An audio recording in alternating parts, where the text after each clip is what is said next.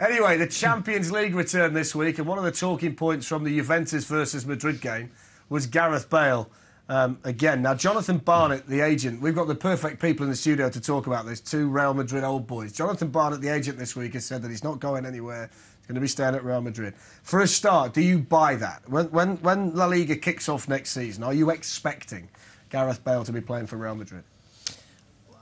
Yeah, probably. I think if he does come back, I think Manchester United are the team that are going to get him.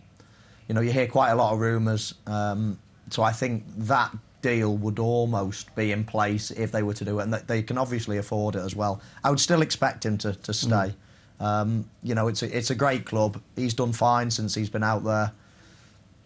He probably wanted to be doing better. Let's get it right. But he's been doing fine, and I'd probably see him staying. I think now to the end of the season is a really, really, I can't stress this enough, important time for him to decide whether he stays. To decide what.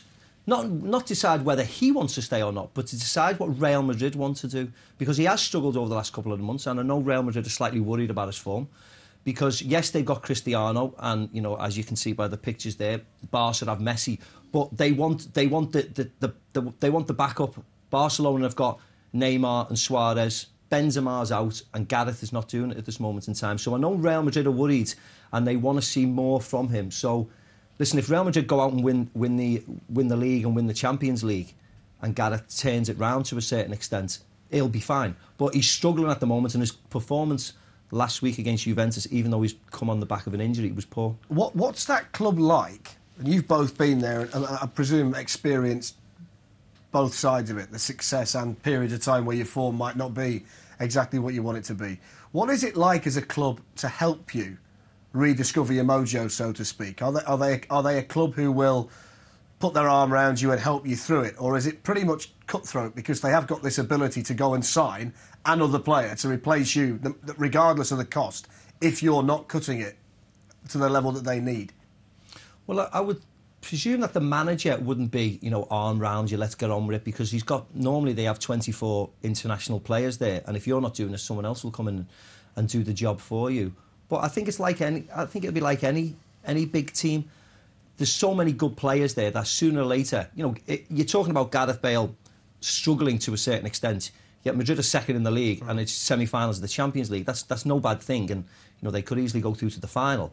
So you know, this is not a terrible season for him. But personally, because it's such a high-profile club now, and he was a big high-profile player, the biggest high-profile player, his performances have to be a lot better. They have to be on a par with the likes of Cristiano, with the likes of Suarez, with the likes of Messi and Neymar, because they're the names that they get bandied around with Gareth. Yeah, I mean, I think you make an interesting point in that.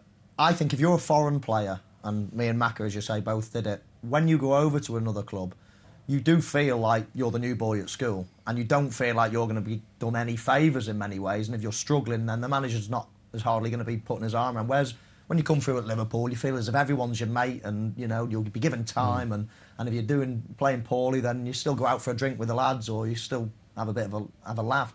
It's a lonely place if you're not playing well out there. You know, you're not necessarily got a load of mates to fall back on. So being a foreign player makes it a little bit more difficult. It doesn't help him either, does it? The fact that Isco, a Spanish player, is the player that the supporters look at to play where Bale is. So he's actually got a Spaniard after his place, which maybe exacerbates the problem that he's dealing with at the moment. Yes, and also the fact that they brought James Rodriguez in. When everybody's fit, one of those players, when Benzema's back, one of those players has to miss out. And generally, it has been Isco when everybody's fit. And once Modric comes back in, there's more players to fit into this 11. And, you know, of course, 13 into 11 will not go.